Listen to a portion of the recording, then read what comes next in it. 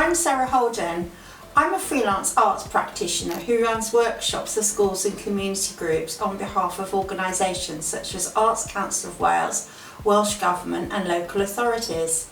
My job entails many different aspects of teaching, but in essence I provide art activities in nature that help develop pupils both mentally and physically.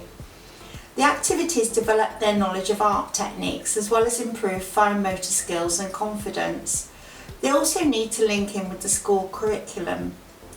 I work with children and young people of all ages and abilities, so I have to design activities that suit them and scale up or down the way I communicate. In order to run art workshops, my advice would be to either complete a teaching qualification after your degree or do a master's so that you understand the basics of teaching and sharing information.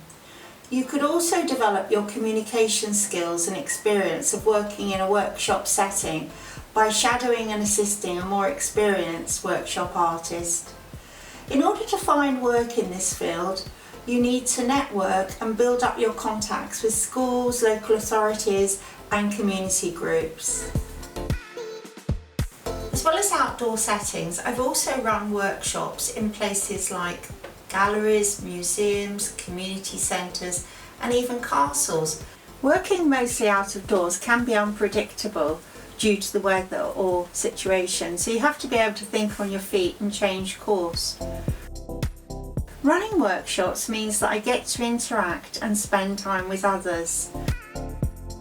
Positives include the feedback that you get from children or young people. Their expressions of delight when they achieve the task in hand.